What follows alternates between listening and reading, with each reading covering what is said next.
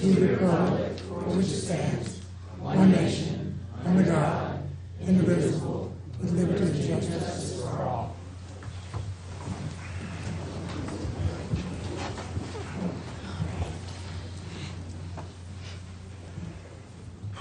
Do we have special recognition this evening? Yes, Madam Chair, we do. Good evening, everybody. Tonight we have a very special group of young men who most definitely have earned recognition as a result of their outstanding achievement. This summer, the Newton County Dixie Boys 14 and under baseball team completed an undefeated run through the state tournament, culminating in a come-from-behind 12-11 victory over Columbia County in the championship game. As state champions, the Newton County Dixie Boys represented Georgia in the Dixie Boys World Series in Aiken, South Carolina. The Georgia champs defeated teams from Alabama, Mississippi, and Texas before falling to eventual runner-ups Jefferson Parish from Louisiana. The team, comprised entirely of Newton County school system students, earned an impressive fourth-place finish at the World Series. Our state champions didn't just impress with their on-the-field play, though. They made a huge impression with their exemplary conduct, which earned the respected notice of tournament directors and umpires, who ultimately presented the students here tonight with the Dixie World Series Sportsmanship Award. Our school system's motto, Spirit, Pride, and Excellence, and our school system's motto is Spirit, Pride, and Excellence, and the members of the Newton County Dixie Boys team most definitely exemplify those words. Logan Brake, Cousins Middle School.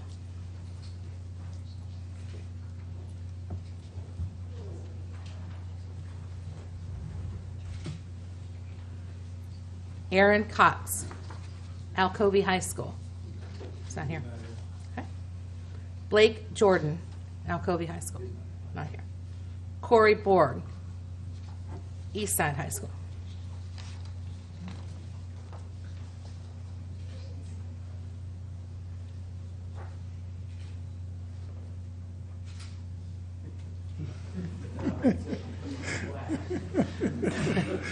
Carson Howard, Eastside High School.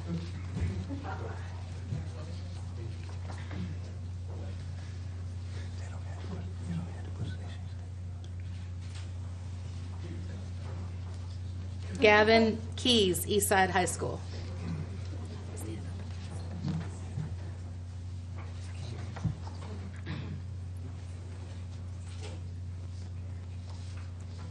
Eric Shirley, Eastside High School.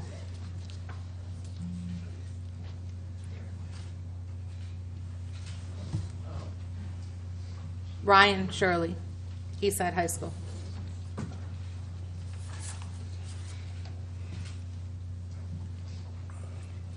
McLean Allgood, Eastside High School.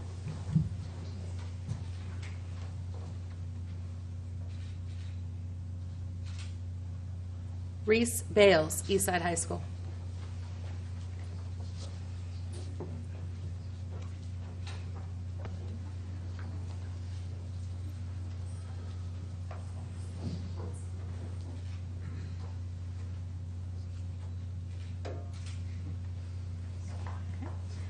Let's congratulate the Newton County Dixie Boys baseball team.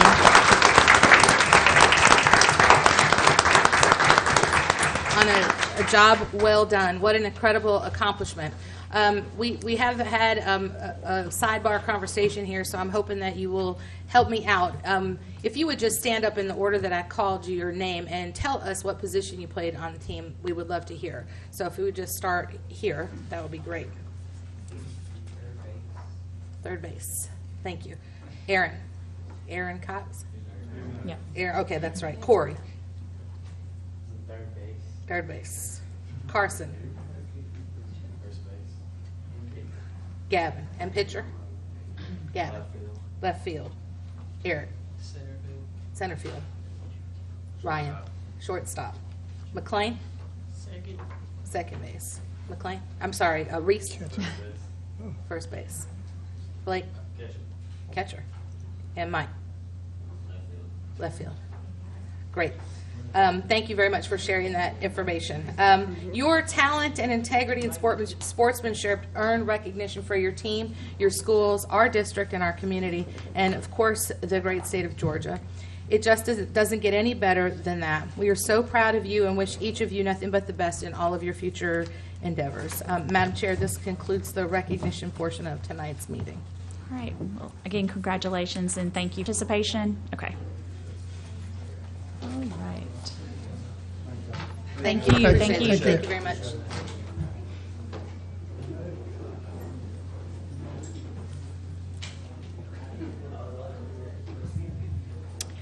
All right. The next item on our agenda is the approval of tonight's agenda. Do I have a motion to approve? So moved. Do we have a second? Second. All in favor? Aye. Aye. All right. Approval of minutes. Do we have a motion to approve minutes? So move. Second? Second. All in favor? Aye. Aye. Aye. All right. Superintendent's reports.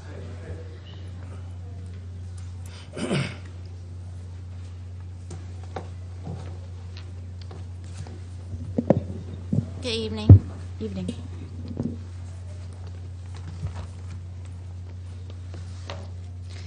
Newton County School System SPLOST 4 distribution is $962,731, which is an increase of $11,333 from last month's collection.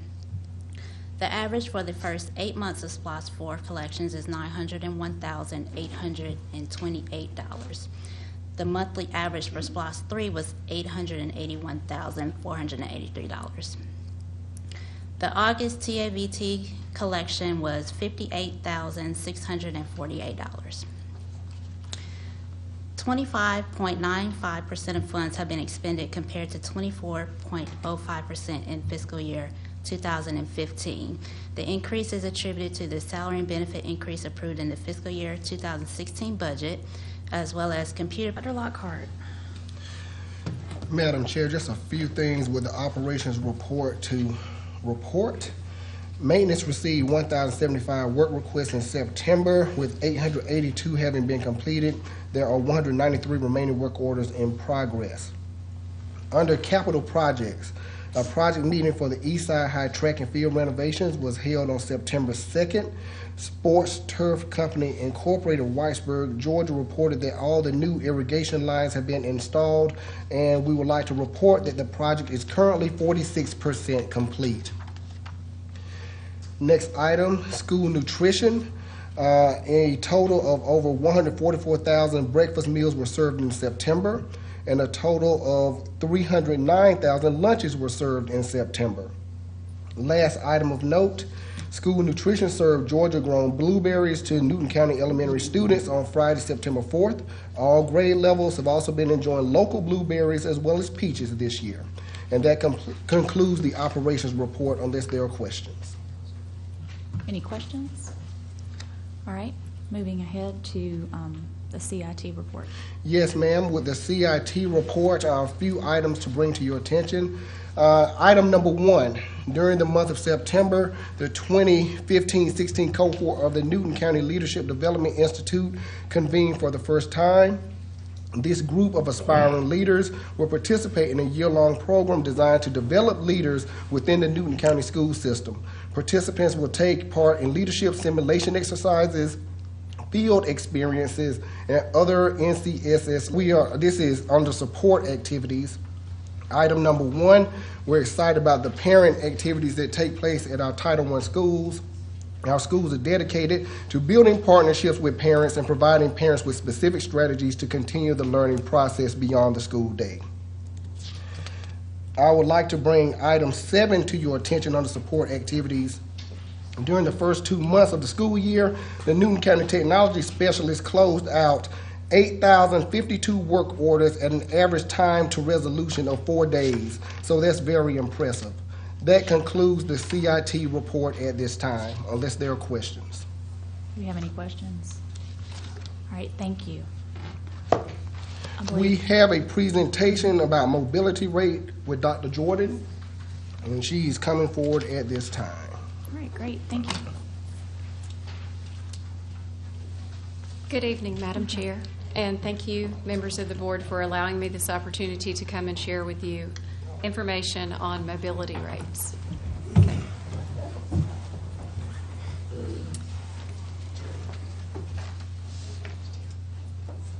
after researching and gathering information, I have a few points, an overview just of mobility, and would like to share those with you this evening. Mobility rates 30% or higher negatively impact student achievement. Mobility is a chaos factor that impacts classroom learning activities, teacher morale, and administrative burdens. Mobility not only negatively impacts highly transient students, but those who are not by early elementary mobility, specifically in grades K, 1, and 2. Year-to-year moves are highly associated with decreased math achievement. The effect is greatest during 3rd and 8th grade years, and also there's a significant negative effect during 4th, 5th, and 6th grade. Students who have more moves during 8th to 10th grade and 10th to 12th grade exhibit higher dropout rates. Homeless students with higher mobility during a 3-year period of any grade level combination experience a significant reduction in math and reading achievement.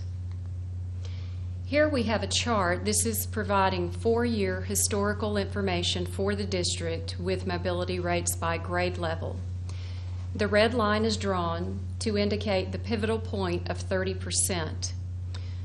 When you're looking at this district-wide, you gather a picture for us. And thinking back to the points that I've just mentioned, specifically grades K, 1, and 2, we see that we have a mobility rate of 30% or higher.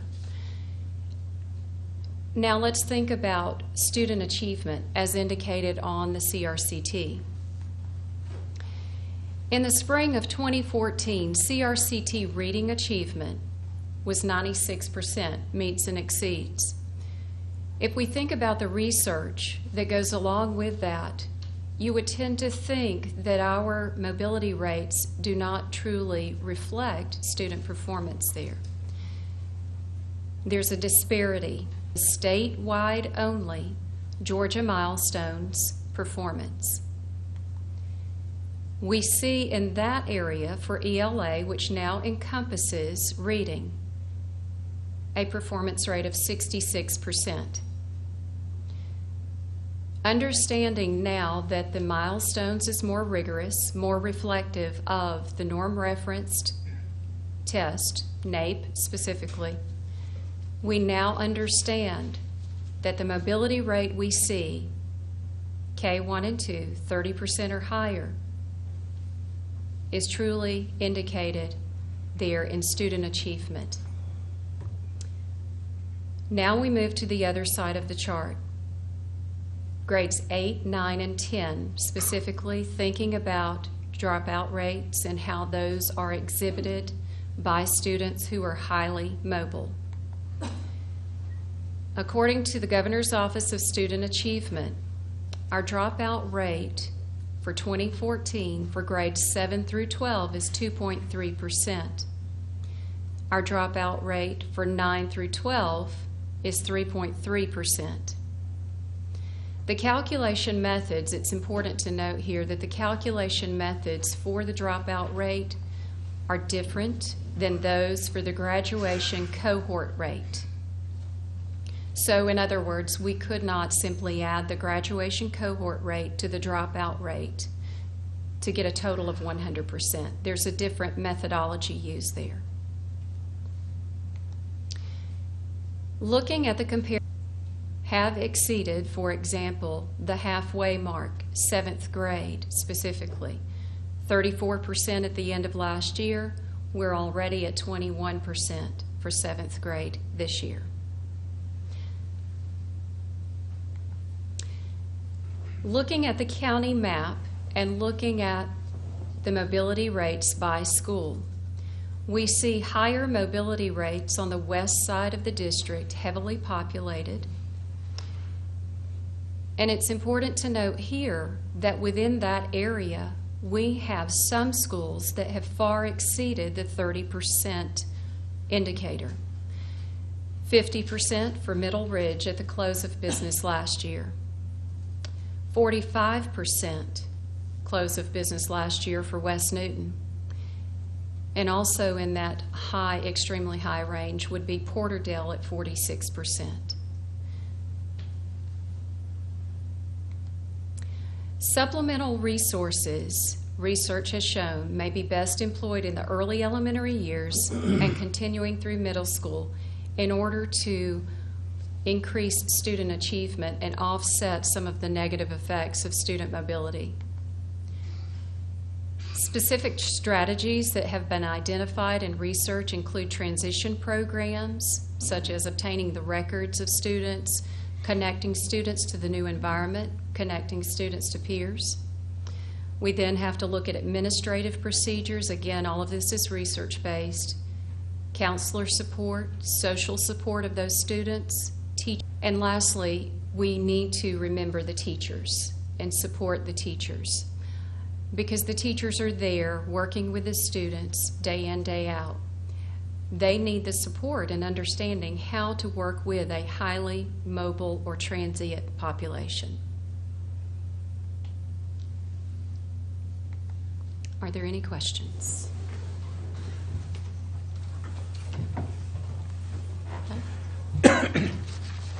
Yeah, I have a question, Madam Chair, if it's okay. The map you had up with the dots displaying the mobility rates across the county in the various schools. Let's say West Newton, for instance, the 45%.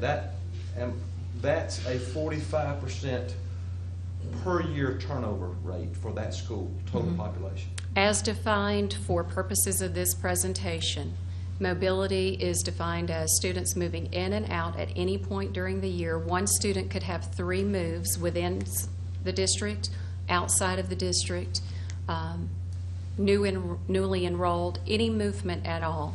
That's where these are from. Do we know how much of that is intra-district?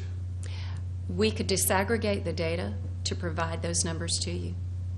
I mean, theoretically, they would be less impacted than those that left the district or came in from another district, correct? According to the research, students that move regardless of whether in district or out of district have negative declines. Okay, thank you. Rick, other than ours, we have no rough idea as to what type programs they had there. So we're constantly trying to reevaluate or reassess students to find out where they are to get them on track, if not on track. So Yes. that's a difficult task, isn't it? Yes, sir. That is one of the difficult tasks, and it's even evidenced in research. And one of the methods or strategies that could be employed is gathering that data and gathering records from the former district, the former system, whether in-state or out-of-state, and what we also see is out-of-country, and trying to gauge where the student is. So that is a concern. Thank you. Any other questions? I have one question. How much education or just collaboration are we doing with the administrators with kind of getting them familiar with the areas that they serve, especially like you talk about the western part of the county? So many of the subdivisions over there are like, or can be rental subdivisions or rental properties. So how much do we familiarize the administrators, or how do we familiarize the administrators with that? Once we began collecting the data, we began to share that with the administrators district-wide. And so they see the report for every school by grade level, so that we are all on board. We are all looking at this holistically for the entire district and not just in isolation of our individuals. The 4%, would that be Flint Hill? No, that is, no, sir, that's the theme That's school. the thing too? Okay. 328. Yeah, 28 would be the Flint Hill. Okay, all right. It is a little confusing. Okay, thank you. I have one other question. Okay. I know you probably don't have this information now. Could you give us a chart of the schools who have a large transit of students how they're performing versus the ones who are very low transits, as how they're performing? Yes, sir. We could provide that. Great. One last one, Madam Chair, I'm sorry. Generating a lot of questions. Well, I saw our approach to solving some of these problems, some of the initiatives, suggested initiatives. How hard would it be, or how much sense would it make to implement some type of initiative for the parents? The schools, how do we educate parents, especially the intra-county moves? You know, parents, you're only hurting your child or your children, moving them from school to school. How do we get that message across, or do we?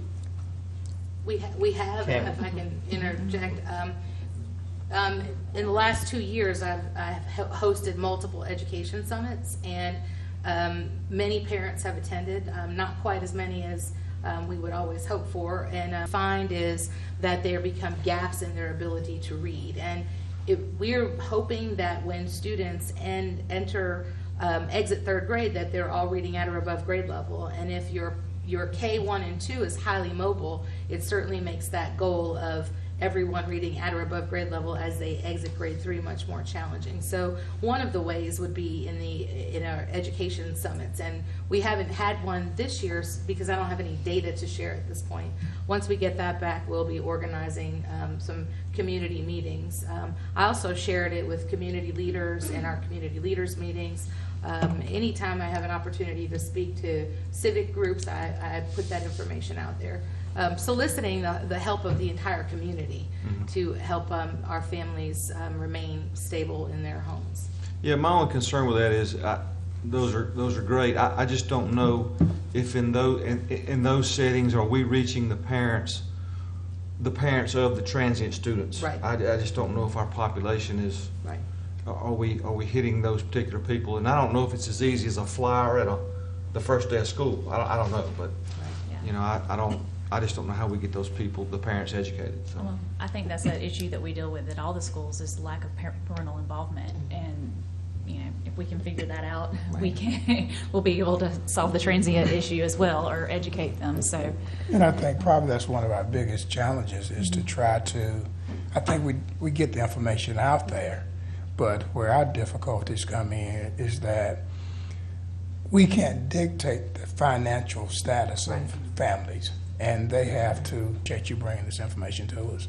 Thank you. I have one other question for Dr. Jordan. Okay, on the numbers, that is not inclusive of, that's only those moving in and out of the school, right? In and out of the school, in and out of the district. So the any- numbers are it's all actually inclusive. higher because you have students who stay within the same school but move around to different addresses. Actually, these are your moves within one school, out of that school.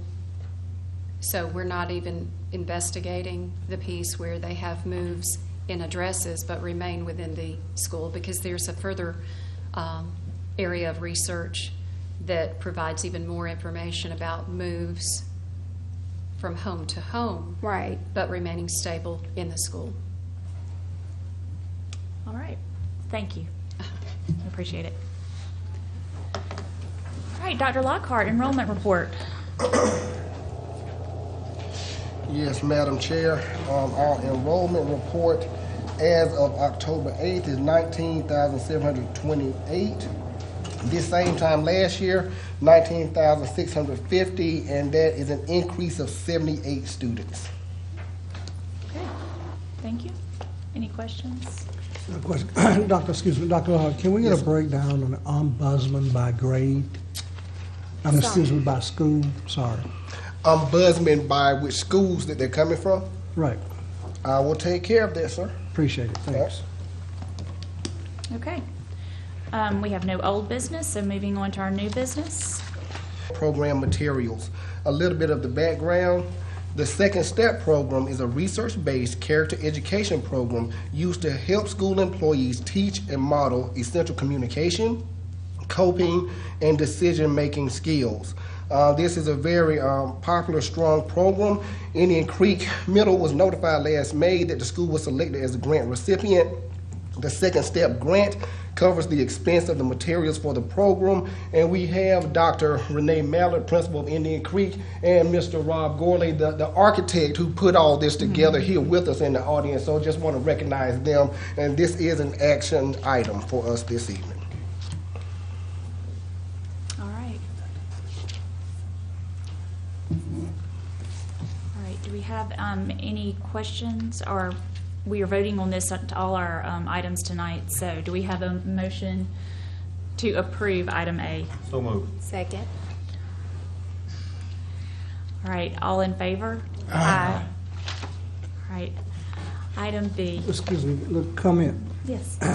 That, Dr. Lockhart, all the schools that participated in the first step, were they allowed to compete for the second step? Is there more than one school? They were, yes, no. No, there's not more than one school, but There's just yes, the- they were all given the opportunity to apply. Indian Creek is the only school That that decided to move forward and to look into it. Any reason for that? Low participation? No, sir. It could be a variety of reasons, but I'd be more than happy to look into it. Participate, to try to get something. Now, again, these grants are competitive, so Oh, I there's some other understand. information. I right. understand, but not participating. Yes, sir. It's about as low as you can go, and I just have a problem with that approach. Well, I'll definitely express your concern, and it's a valid concern, sir. Yes, sir. Appreciate it. Thank you. All right, moving on, item B. Mr. Barr. In item B, the superintendent recommends the adoption of a resolution recognizing the week of October 19 through 23, 2015 as School Bus Safety Week. This week serves to remind motorists of the importance of stopping and exercising patience when the red flashing lights are activated and the stop arm is extended on a school bus. Recognition of School Bus Safety Week also complements the ongoing efforts of the school system to ensure the safety of students transported on school buses. And a copy of the resolution is attached for your review. That concludes item B. All right. Any questions? I got one question. I'm sorry, Mr. Barr. So are we recognizing them at any point when they start getting back on the road?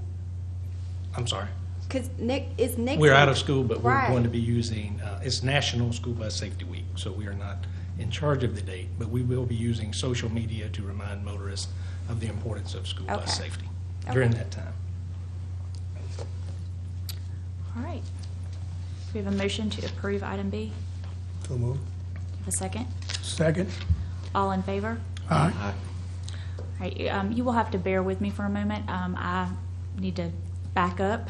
I did not realize that we did not, Utilization of a fuel card system for the Transportation Department be awarded for an additional term. The effective date of the renewal will be October 23, 2015, with the expiration date being October 22, 2016.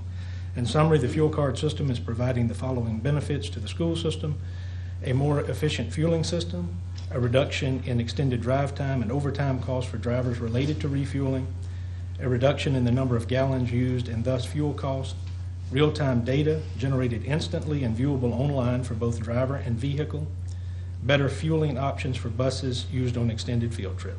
The estimated contract value is $795,000. This cost will be paid for with budgeted FY16 general funds. That concludes item C. all right. Do we have a motion to approve item C? So moved. Second. All right, any questions? All right, all in favor? Aye. All right. Item D. In item D, the superintendent recommends the annual renewable contract for print management services be awarded to Rico USA of Malvern, Pennsylvania. The effective date will be October 30, 2015, and the expiration date will be October 29, 2016. During the first 9 months of its implementation, the school system has realized an aggregate savings of $27,602, of which $16,552 were on the cost of print at the copy center, and $11,050 from the reduction of machines in schools. The cost for continuing this program is D. So moved. Second? Second. All right, all in favor? Aye. Item E.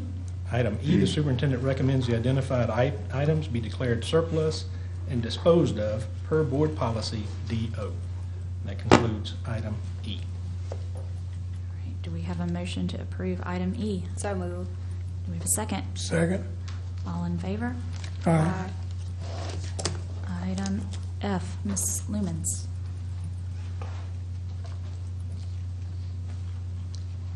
Good evening.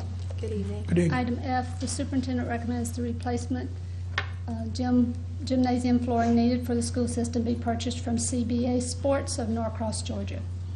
And a background on this item is that during an evaluation of facilities, 3 elementary school gymnasiums were identified as in need of replacement flooring. After researching options available in the market, sports court flooring was identified as the best solution. Sport court flooring is a polypropylene surface that is resilient to moisture, more resistant to fungus, bacteria, and other germ-carrying organisms than the flooring currently in use, and can be easily maintained with our custodial equipment.